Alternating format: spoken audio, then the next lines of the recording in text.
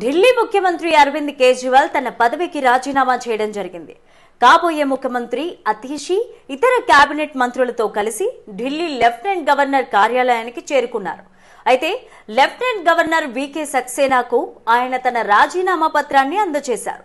Aam Aadmi party నూతన శాసనసభాపక్ష నేతగా అతీషి ఎంపికైనట్లు తెలుస్తోంది.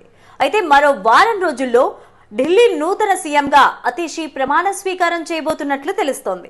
ఢిల్లీ ప్రయోజనాల దృష్ట్యా జైల్లో ఉన్నప్పుడు రాజీనామా చేయొద్దని కేజ్రీవాల్ భావించారని, అందుకే ఆయన బయటకు వచ్చాక రాజీనామా చేస్తున్నట్లు ఆమ్ ఆద్మీ పార్టీ నేత ఢిల్లీ మంత్రి గోపాల్ రాయ్ వెల్లడించడం జరిగింది.